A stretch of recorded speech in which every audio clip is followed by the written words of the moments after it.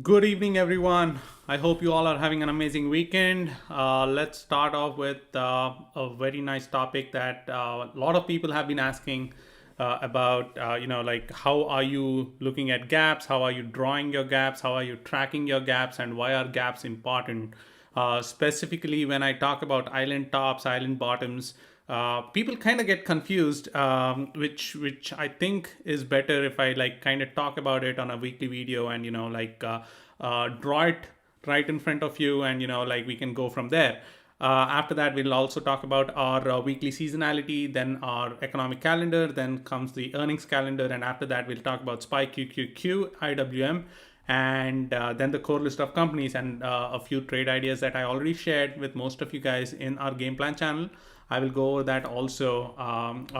I'll go over those along with the charts at the end of the video. So without further ado, let me get right into the charts here.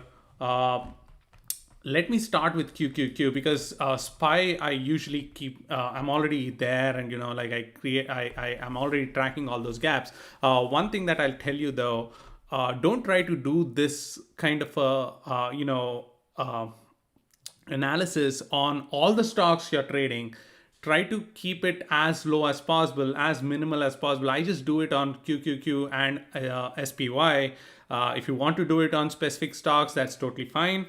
But if you are trying to track through for all the things on the internet, I don't think you can.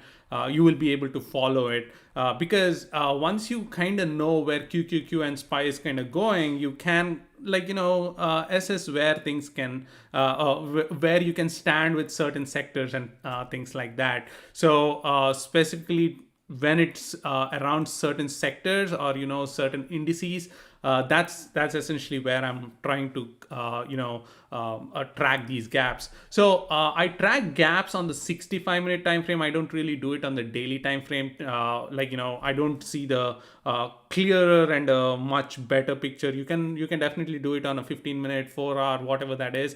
But for me, 65-minute is where it kind of stands out. It's much clearer, and it feels better to like track them on the 65-minute. So quickly looking at the 65-minute chart on QQQ. Where do you think the island bottom is? I'll give you a couple of seconds to look at the chart.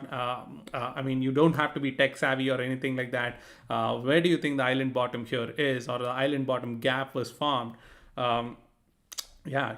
This is where you are seeing that island bottom, right? Like you see, there was so why do I say that's an island, and why do I say it's an island gap per se, right? Like what happened here was, you see, in TrendSpider, there's this nice little tool. If you see this Alt E, you can use that as well.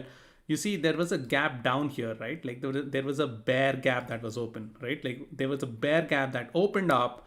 Bulls were not able to fill it on this particular day completely. They left most of this gap open, right? That's the bear gap that got opened, which means, when does a bear gap get opened? It basically gets opened when bears are strong, and there is negative sentiment in the market, or there is more selling than buying in the market, or things like that, right?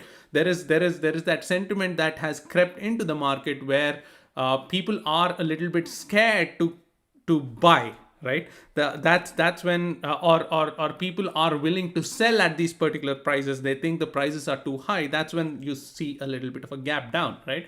But and when does it not get filled? When there is some bearish sentiment that crept into the market, or people are not convinced the market will move any higher. That's when you see a bear gap.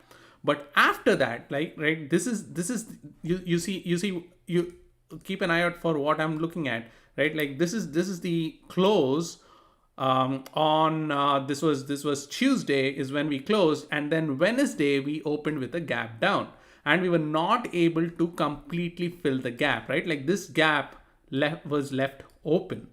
But what happened coming to Thursday was, bears stepped up. They said, hey, I don't think the market is going to sell off. I think we are just going to gap. I think we are going back to all-time highs, or going back higher. So since the close, right, this is where we closed it. and then we opened all the way here, right? So let me make that a green color, how I kind of track it, right? So now what happened, all the bears who saw this gap down, who saw that there was this bearish sentiment that came into the market, and the bulls are getting weaker for some odd reason, they started to say, okay, I'm going to short this market here. But then what happened the next day? They got really squeezed out, right? Like even though they gapped it up, yes, they did lose some of their territory, the bulls.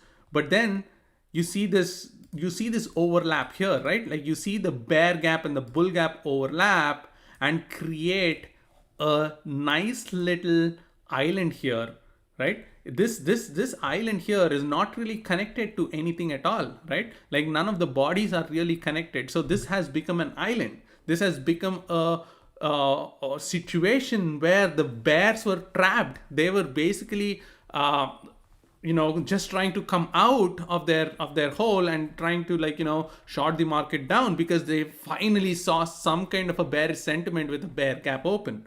But then once the bulls have gapped it over and created that island, now bears are like stuck there, like they are sitting there and they don't know where to put their stop losses at, right? So that is essentially what is happening. So when the market kind of turns around, when the market kind of sees that little bit of a correction, this is the area where the bulls will be sitting around and saying, and like there's also a little bit of a FOMO that the bulls kind of have, right? Like the bulls that did not position in on this pullback, they were like, okay, you know what? I'm going to miss out. I'm already missing out on a lot of rally here.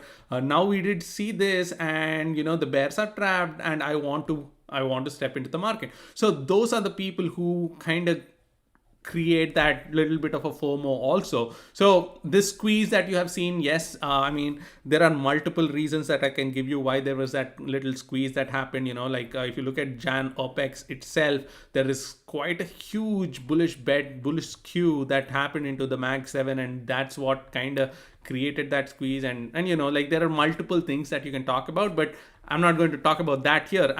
So right now, the psychology that we are looking at here is that island gap that was created is extremely bullish, and any dip towards that island gap will be by the dip opportunity for the bulls. I think bears will be absolutely shot down once we get down to that island bottom gap. So that is essentially how I kind of track these gaps, right? Like you see some kind of an overlap like that. Like previously I kind of showed you how island tops are formed, right? Like it's the exact same thing. You have a gap up and then you have a gap down. So if for example we gapped under, let's say we started the day tomorrow at around 414 or 413, let's say, I'm just giving you a random number somewhere up here, right? So you had a gap up here which is unfilled, and then you have a gap down which will create that island top, right? Like this particular area will become an island top, and that's when okay, you know what, bulls are ready to attack and something like that is going to happen. Let's say we did not see this at all. Like I'm just telling you, asking you to imagine stuff, right? So that's when you'll probably see an island top. That's when you're like, okay, you know what, market, I'm done with being long. I will be a little bit more cautious with my long positions, and I'll probably short every pop that until and unless that particular island top is completely filled out.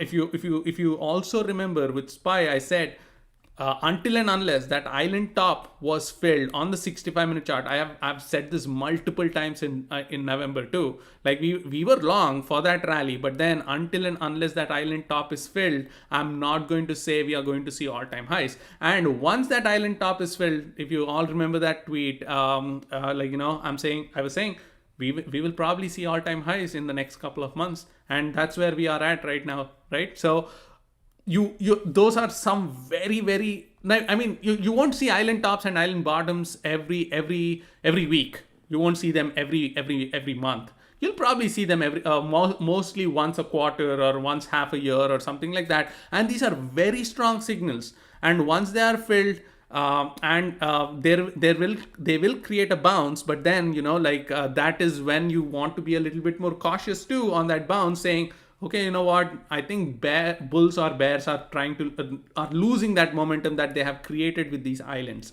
So that is the essence of how I kind of track these bull gaps, I mean, island bull gaps and island bear gaps here. So just to track the gaps, right, like this is something that you can do where you can just go click on that box, and once you I start with the body of the previous day and calculate the wicks of the next day, right? Like for example, I this is where we closed on Thursday, and we opened all the way at 415, but then the bears were able to fluctuate the price a little bit, and the bull gap kind of a little bit got filled out, right? So I kind of make sure I adjust that price accordingly as and how they kind of get it filled. So right here also, I will say we'll probably go there, and then this is where we have the island bull gap that is open still.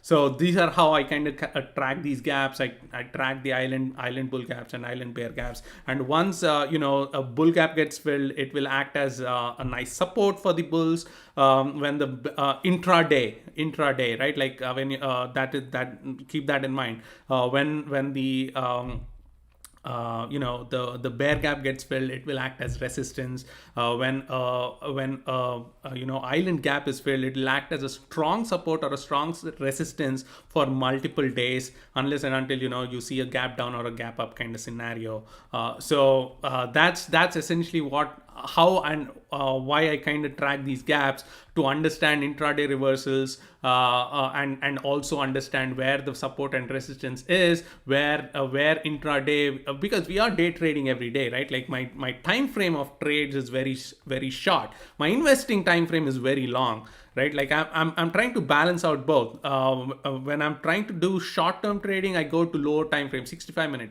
15-minute, 5-minute.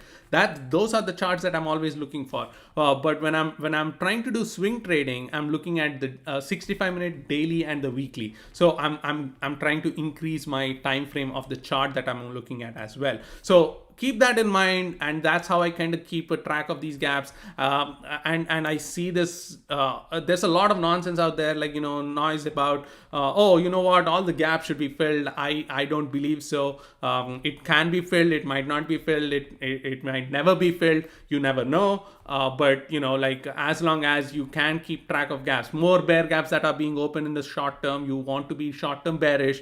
And then when you see island top kind of scenario, that's when you want to be a little bit mid-term to long-term bearish, unless and until that is filled.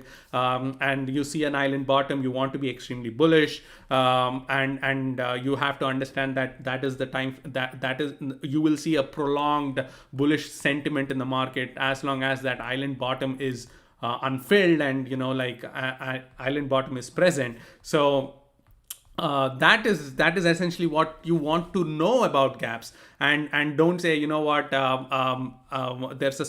a gap on SPY at 300 that has to go get filled. I see a lot of noise and a lot of posts around it, which is total utter nonsense. It's amazing how many people missed out on this very neat and clear rally that was seen since November. I'm not a genius to catch it at all. All I was doing was follow these charts and the thesis around it. And I did lose money in August when the market shifted, when the baton was passed on to the bears with that island top. Once I saw there was a bear gap and then there was an island top. So that's when I was like, okay, you know what, this is where I know I lost money, and I'm going to be bearish until and unless that island top is going to be filled. And what came after that is nothing but life changing, I would say. You barely get rallies like this, which in 2 or 3 years you get rallies like this from November to January without even having any kind of a break or a little bit of a correction of 5 to 7%, and it's been absolutely beautiful. With that, anyway, that's mostly what I'm looking for here. Just wanted to talk to you about these gaps and how things are going there. And with that, let's dive into our weekly seasonality report. You know, again, I will say this every week. Don't you know. But then I do get people coming out and saying, "Hey, you said tomorrow will be red and it's green. What the hell are you trying to say?" See, this is basically tracking or trying to analyze what's happening what happened in the market in the past 20 years. And what happened in the past 20 years, based on statistics, the day after OPEX, day after January OPEX, you see the market being weak. Dow is a lot weaker, Nasdaq is a little weak. I usually take numbers that are under 40, greater than 60, because like that's when I kind of feel there's a little bit more because these are basically percentages, right? Like 48% of the time S&P 500 was red. Sorry, 48% of the 52% of the time the S&P 500 was red on Monday after OPEX. Basically 48% of the time it was up. So you flip a coin, it's like 2%, 4% give or take that you're trying to get. So I'm always looking for something between something above below 40 and above 60. That's essentially the numbers that I'm looking for. So Dow is going to be very weak on Monday. That's a given, given the statistics at 33. And then you see S&P and Nasdaq kind of picking up. Nasdaq really doing good the rest of the week other than Monday. So is QQQ going to go a little bit more higher? Yeah, probably. It did make an all-time high, and making an all-time high is not bearish at all. And the chips have been absolutely extremely strong, and we are looking at some breakouts that are going to occur in the market on certain stocks as well, that I'll go over after once we go over this. But then this is how the seasonality kind of looks. Don't say you said Monday is going to be red and it's green. It's basically statistics, trying to understand what kind of happens in the market, what happened in the market in the past. It does not have to be the exact same thing that will happen in the future as well. It is a good to know statistics where market kind of moves a little bit flat, with the Dow being a little weak, but then Nasdaq gets stronger through the day. That's how I kind of read this weekly seasonality there. Next one, earnings calendar here. There are quite a few ones that I personally like and I'm looking at. Netflix, definitely looking at that. I did send out a note about where the whales are positioned and what they are trying to do. I know Netflix is currently under 500. I think it's about 483, 485, something around that. But then yeah, I mean, as per my as per the options positioning on Netflix, I think 600 is kind of possible into 2025. So keep an eye out for that. Any correction after earnings is going to be a big buy the dip opportunity, I feel. Personally, I don't invest in Netflix. I mean, I'm big into Amazon and Google right now. So I'm not into Netflix, but I think there will be a good opportunity if there is a dip there. Next one, I'll be looking out for Tesla. There was a big flow, as if someone's expecting a huge reversal on Tesla for 240 calls, right, for 2.2. So keep an eye out for that. That is something that a whale kind of picked up last week. I did talk about quite a few options that the whales are in, which are down about 80% and 60%. So those are something that you can look out for.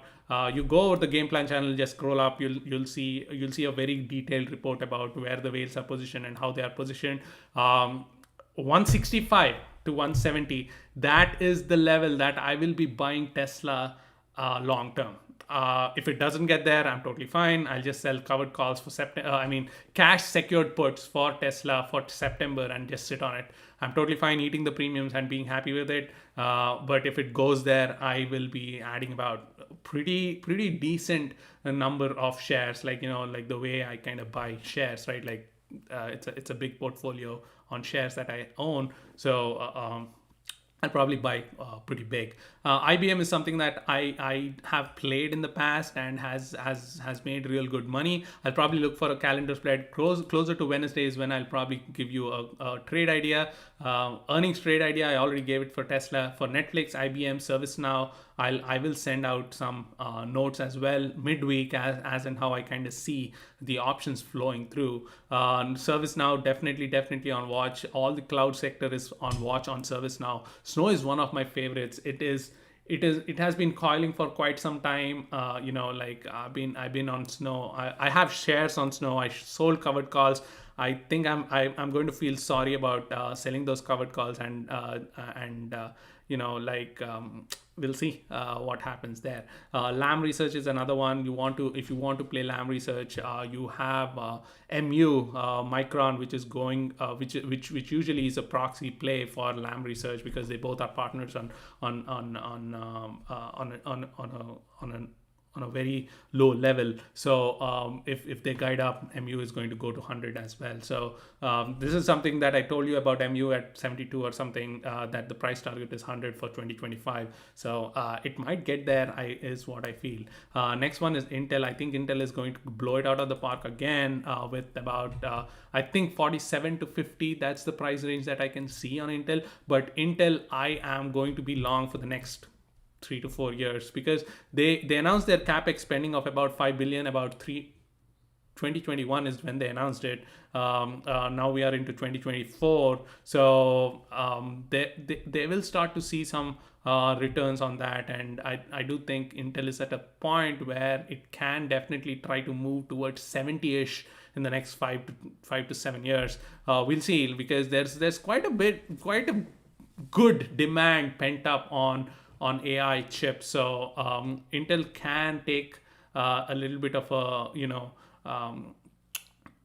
leap towards higher prices is what I think. And Qualcomm and Intel are still not at their all-time highs, where Nvidia and AMD have been like breaking out and doing all-time highs, even Lam Research for that matter. So we'll see what happens there. But Intel, I'm bullish. I'll probably send out a calendar spread idea or something into September to play for Intel as a trade idea swing. I'll have to see the flow. I haven't checked it yet. So, but these are the ones that I'm really interested in this week, or something that I'll be looking out for on the earnings calendar this week as well, and assess some of the plays for swings as well. Next one.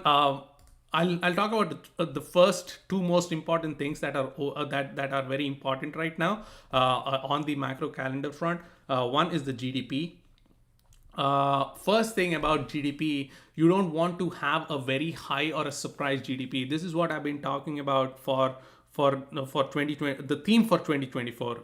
We talked about bad is good for 2022. We talked about good is good for 2023.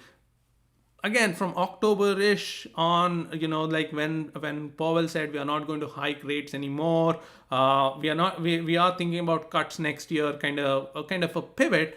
Now, 2024 is all about, you don't want surprises, right? You don't want a high GDP or a low GDP. You want everything in line. You don't want anything to really jump up and say, oh, you know what, GDP is absolutely amazing. That means Fed is not going to cut rates as soon as the market expects, and we would tank. If the GDP is low, that's where you would be a little bit cautious and say, okay, you know what, recession might be in the horizon, and Fed will cut rates because they have broken something, right? So you don't want anything like that. You want everything to be in line. You want everything to look okay. This is as expected, and the market just goes higher. So that is essentially what you're looking for in 2024. And that will be the theme for 2024. You don't want anything to break. You don't want any surprises, right? That is what is soft landing here. So that is one that you want to look for. Then you have the core PCE prices as well. I do think CPI came in a little bit hotter. So, but the PPI was a lot lower if you looked at the report. So usually the PPI gets gets into the CPI report, as producers kind of get lower and lower prices, there are deflated prices for the producers. CPI also goes lower, and to show up on the CPI, to show PPI on the CPI, you would probably have to wait for about a couple of months, 2 to 3 months, and then you'll probably see it, and you will see that deflation in CPI as well. I'm not a you don't want a very high deflation, like 0.2, 0.3%, negative 0.2, 0.3%. That would be a little bit of a red flag, but negative 0.1 is okay. And then you are at around 0% to negative 0.1 to 0.1. It's fine. Otherwise, I would be a little bit more skeptical about the economy, and if we are seeing a lot of deflation, I would not go long at all. We would just replicate Chinese economy at that point for the next 5, 10, 15 years maybe. I don't know. I'm just giving. I'm just joking there. But I definitely don't want a deflationary economy there. Disinflation is totally fine, and we can still make a pretty good chunk of money. I don't want to see deflation at all. So these are your top two that you want to look for. This comes out on Thursday pre-market and Friday pre-market, so that you can expect some move pre-market in the and we'll try to position on some things based on the flow and the chart, and see what we can do. Obviously, earnings are also in the mix, so you'll have to be a little bit more careful with looking at the flow and the chart as well. So those are something that we'll look out for. Next one is something that I want to keep an eye out for is this Japan interest rate decision. If they are going to go, so Japan is the only country, I believe, with the monetary policy that is negative now. Germany got out of it, Europe got out of it, England got out London England got out of it. Japan is the only country that is in negative interest rate territory still, and very loose monetary policy, and you see that their inflation is easing as well. So we'll see what happens there, but if they are willing to increase their interest rates back to zero or so, the dollar gets a little bit weaker, and once the dollar gets weaker, I do think gold has a little bit of a potential here to break 200 this year. So GLD is the ETF that you can go buy gold also. I personally am thinking of putting in some money in there. The only thing is, when I look at my exposure, and most of the Indians here who are listening to this might know, we are quite big on gold. Like we own physical gold in terms of ornaments per se, and and obviously in India. So that's where I'm kind of thinking, okay, what's my exposure on gold right now? And that's where I'm kind of thinking about it. But I do think gold is a good buy opportunity here in the market, because I also think Japan will move out of that negative ultra loose negative interest rate territory as well. So keep an eye out for gold and that their monetary decision per se when they talk about it, and I'll keep you updated on our chat, and we'll go from there. But these are the top three I'm looking for. The rest of them are home sales. There's a bunch of home sales data that is coming through, housing data that's coming through. So I'll keep an eye out for that as well. But nothing really interests me for a big size move in the market for any of these. So that's something that I'm looking out for as well. So with that, that's mostly what I have for the macroeconomic calendar, the earnings calendar, and then the seasonality. Now let's quickly go into our weekly analysis. There is nothing stopping SPY here. We have made that all-time high. The new all-time high closed very, very strong. Any little pullback towards the previous all-time highs, I would be a buyer at this point, for a very micro term, short term kind of sense, because earnings is coming up, and I don't think the market will really have that huge pullback. before the earnings. After the earnings, yeah, maybe once you understand what the earnings are doing, what companies are, how companies are performing, what are the margins and things like that. Yes, there can be a sizable pullback, and I've said this multiple times. 457 to 450. That's the pullback that I'm looking for. I'm not looking for 400. I'm not looking for 300. I'm not looking for 350. 457 to 450. That's the pullback that I'm looking, and that's when I will try to decide which stocks to put my money in. I'm not an index investor. I don't invest in SPY or QQQ. I usually invest in individual stocks that I really like. So when there's a 12 to 15% correction in SPY, you can easily see some of the stocks that I really like. You can easily see about 22 to 25% correction on these stocks. So it'll be a good dip buy opportunity then. So that is the zone that I'll be looking out for to go long this year again.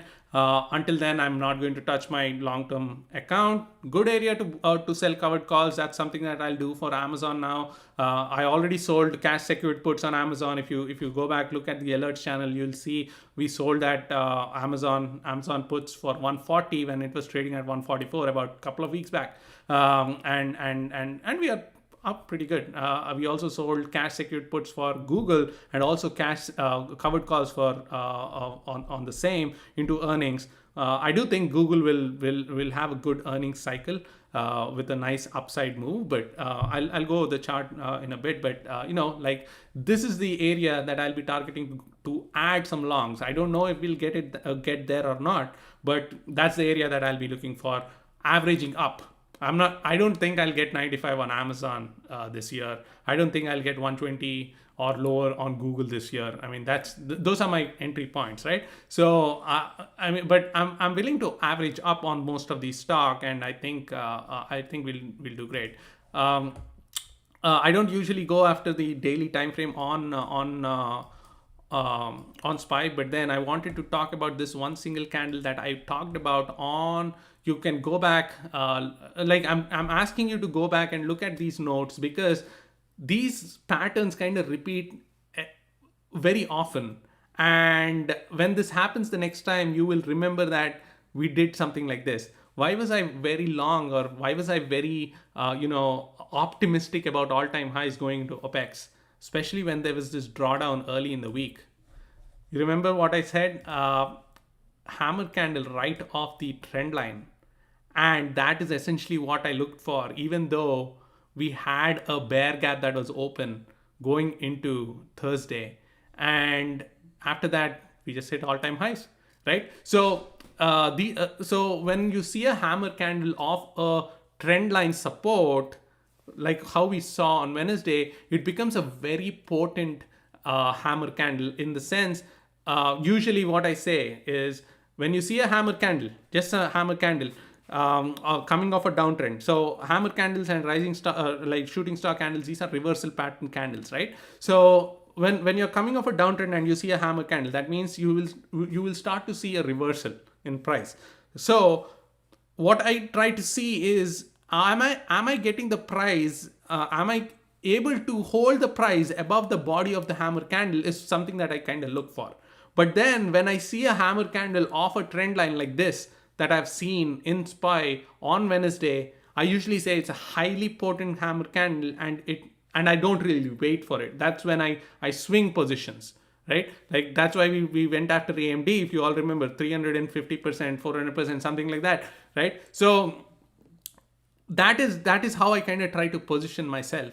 And these are some, I'm not saying, oh, you know what, this is 100% success rate on this hammer candle that you see off the trend line. No, that's not it.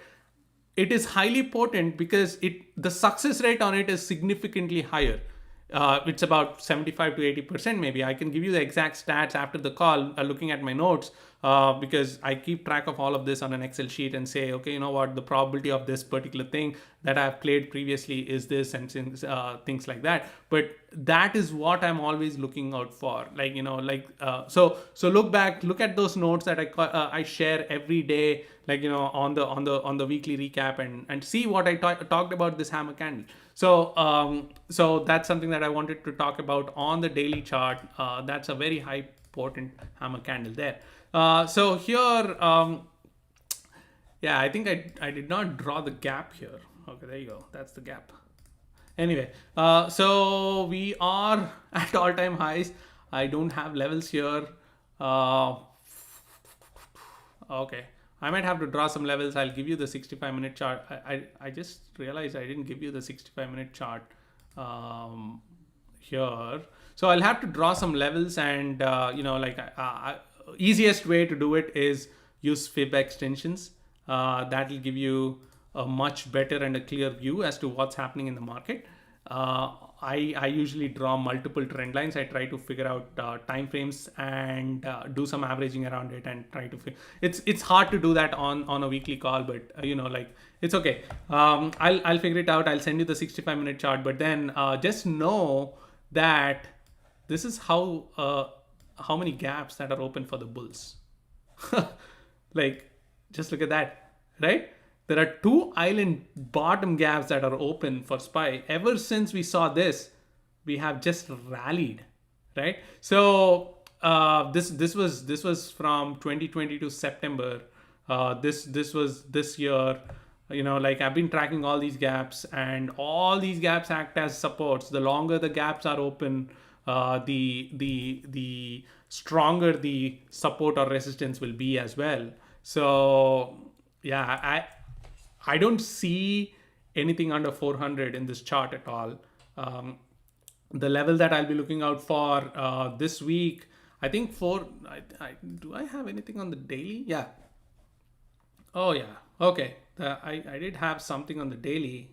I don't know why I didn't do the 65-minute analysis today. Anyway, on the daily, so we have 484. That's the only level that I have right now. I'll probably give you better levels again on the 65-minute chart. I'll share the chart with you on our charts channel, but then 484 is the level that you want to look for on the upside. Any pullback, you probably will see 477.50 again. 477.50. If you look left, right, like you did see quite a bit of rejection there before we kind of saw this breakout. So any dip towards that 477.50 will act as a strong support along with this bull gap that is open. So any bull gap fill, like we any little shenanigan, right, like we break 477.50, you want to see a break.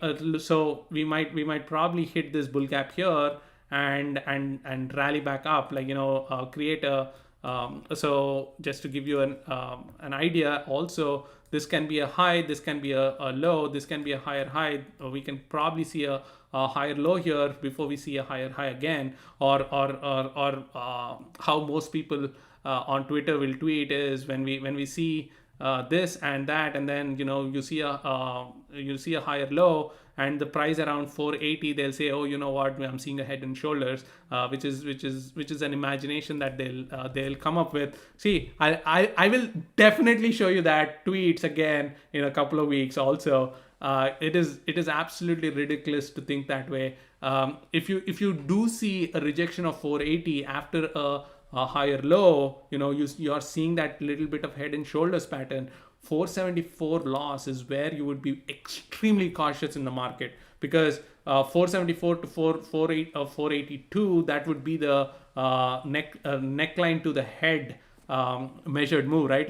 So basically 10 points from there. So 474 to 465, 464 is where you would very fastly drop in the market as well. So you'll have a lot of opportunity there.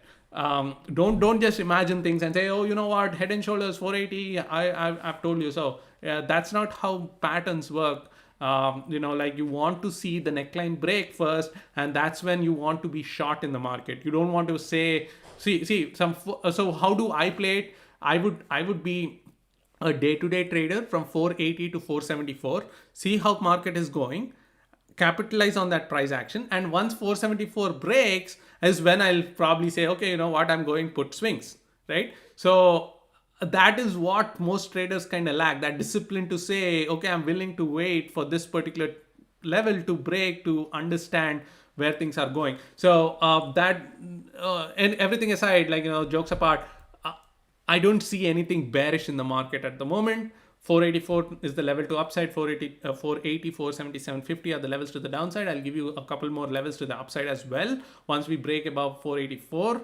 But looking at the market, there's a couple of trend lines that are also intersecting around 484. So we'll see what happens there, and reassess midweek as well. So that's mostly about the 65-minute chart uh, on SPY.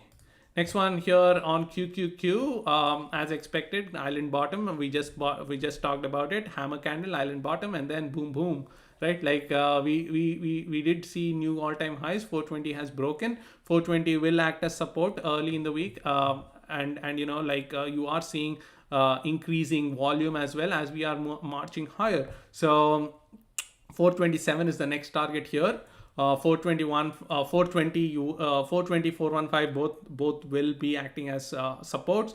Anything under also 413, like until and unless you see this island bull gap being closed, I would not short QQQ. I would not say, oh, you know what, Nvidia is going to 500. I would not say that. I'm not going to say Apple is going to 160. I'm not going to say Microsoft is going to 300. I'm not going to say, Tesla is going to 150. Like the index itself is going to hold strong, and I'm not going to align myself to the bearish side until and unless that island bull gap is filled. So keep an eye out for that, and stay aware of all the noise that usually people talk about, all the doomsday callers, and we will see a correction in the market, but right now as things stand, it's an extremely bullish market.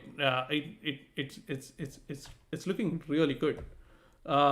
So next one I want to talk about IWM. 193 break is 196 and 199. Nice little falling wedge here actually, and we are looking for a little bit of a gap here, gap up above this. Let's see if we can get a peekaboo. We'll probably play a swing, right? If you all remember, last couple of times we played IWM were big 500-600% swing plays, very very good. So we'll see. 193 break is something that I'll be looking out for.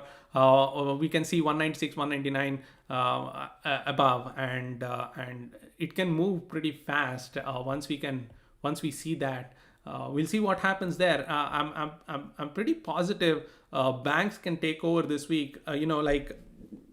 Yes, we did hit all-time highs. We did see SPY moving higher and things like that. But I'm a little skeptical about the breadth that I have seen last week. It was not as good, it was not a broad-based rally. It was mostly concentrated on the Mag 7, given the gamma exposure there. Extremely positive, absolutely amazing because of the rally that we have seen as well. So if we want to head higher, if we want to see S&P 500 at 5,000, you want to see the rally broadening up. You want to see other sectors participating as well. And that's where IWM comes in, I feel. And we'll see if we can find that peekaboo setup here. There's no peekaboo setup yet. You want to see the break and close of the trend line. That is when we have it. And once we see that, we'll probably swing, and we'll do bad. We'll do good. Until then, you just wait and watch. It can flag. It can do whatever it wants. It can do exactly like what AMD kind of did, right? If you all remember this particular setup that we talked about and how it kind of ravaged, and this is not the first time we caught it. Let me go back. Look at this. This was in 2021. Same setup. I talked to you about this hundreds of times, where you saw the same thing.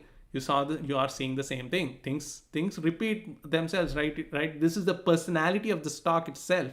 That is how it rallies. So anyway, let's talk about our core list of companies and also talk about some trade ideas in between. We are seeing a little bit of a pop here on Apple. I did see 200 calls being bought for this week and next week as well, like 126 and 22. These are the two positions that I have seen people take through. And if we can break above 192, I do think 196 200 is very possible this week. So keep an eye out for that. There's some positivity, like as much as Apple has got that negative vibe around the Vision Pro, it's being heavy and things like that. Well, product launches are usually bullish for Apple, and we'll see what happens. And this is a very nice setup here because like we did break out, right? Like this is a nice, you can call it a falling wedge. This is a peekaboo set. This is not a peekaboo setup because like with a peekaboo you want the body to be cut out. But 192.50, and then you have 196 and 200. 200 is the price target on Apple. Probably not this week. I'll probably say 2 because of like a little bit of a pullback that I kind of expect early in the week, and then like we rise back up, and also a couple of macro points that are open.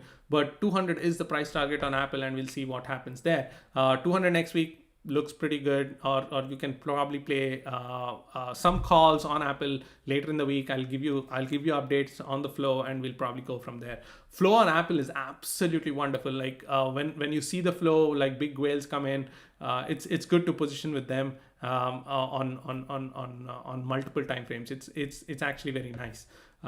Next one is Adobe. This one has a nice peekaboo setup here. I was talking about that 595 level. It broke up on Friday and absolutely ravaged the last hour. I think it was just the last couple of hours that it kind of rallied. Yeah, there you go. The last couple of hours, it was basing around that 595 for quite some time. Retested it, and then like bull flagged, and then absolutely ravaged. Yeah, here I think 427 627 640 both are my price targets. When Adobe kind of gets going, I think you can see a pretty big rally here on multiple cloud stocks as well. So the levels that you want to look out for from 595, again 606 has to hold early in the week. I would probably say 606 to 600 being the psych level, but the stock itself kind of trades thin. So I think there will be a little bit of a flag right around 605 to 600, and then we blast off towards 627. 627 is the first price target, and then the extended target at 640. I gave you I already gave you the trade idea on the game plan channel, and you can probably look for that as well. 620 call is something that I'll be looking out for. I'll get currently it's a little overpriced. I would wait for a couple of days and then probably get it. Next one is AMD 184 and 190. 200 is also possible on its earnings. 175 has to break next. 175 break is 184. 168 is a must hold on AMD. On any dip, AMD is still a buy into its earnings, so keep an eye out for that. Next one is Amazon. Amazon is looking really, really good. Broke above 154 finally. It broke above and then retested this flag and with the hammer candle, and then it started to move up. I'm looking for like around 157 to 160. That 160 has been my price target since December. I own shares, so I'm not really concerned about options, theta, or anything like that. So 160 is where I kind of think, or I'm thinking of selling some covered calls into like January 2025 for 200s. I still think 175ish is what is the target for Q3, Q4 on Amazon, but 200 is where I'll probably sell off all my shares. I'll be pretty good with a double on Amazon. So the levels that I'll be looking out for this week, any test to 154 will be buy the dip opportunity on options. I'll probably play some 155 calls. Options are pretty cheap on Amazon. So 155 calls, which is something that I'll be looking out for on 154 retest. 157.50 is the first target here on Amazon this week. Next one, let's see. D-Dog already hit 130. That was the price target last week, right? Yeah. Any dip towards 124.50, I'll be playing some weeklies on D-Dog. But this thing looks like 135 is the next target here. Yeah, Disney needs to break above 94.50, 94. Yeah, 94. Break above 94. Give me like a little bit of a peekaboo kind of setup here, and then it can move towards 95, 96. So that's mostly about Disney.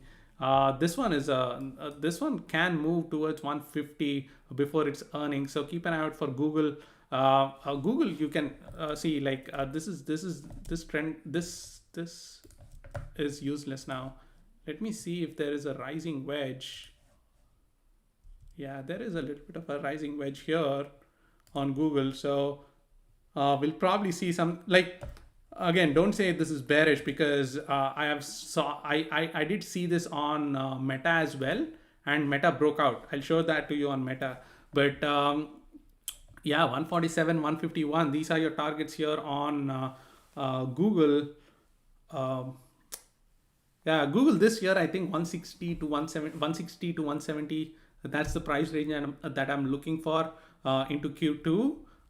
But next week, any dip towards 143, 144 is probably going to be an opportunity for buying some calls into Friday. So we'll keep an eye out for that here on Google.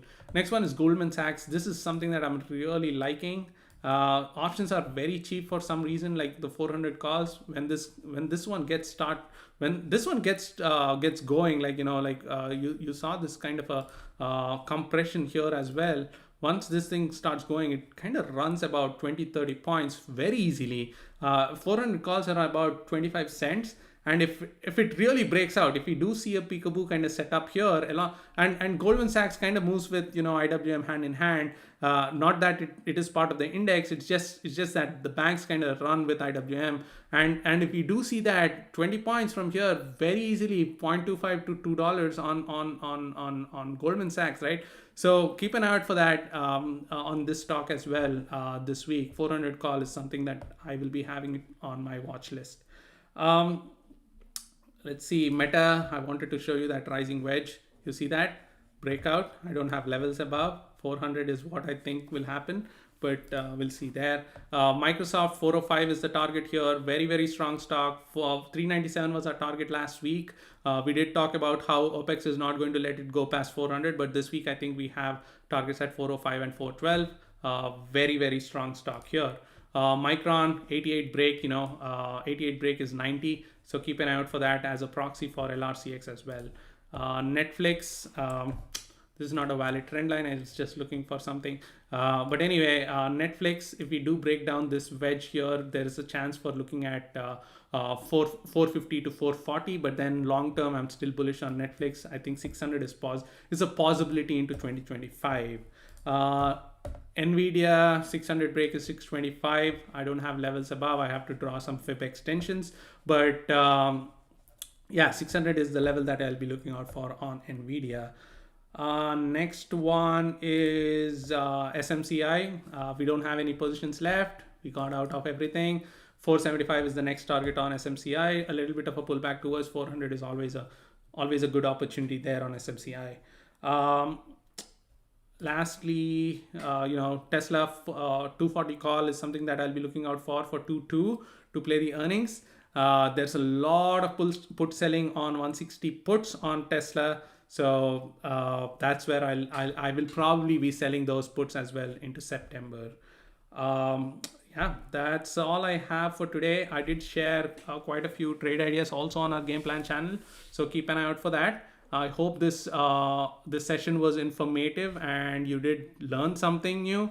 And yeah, I'll see you guys again in the morning.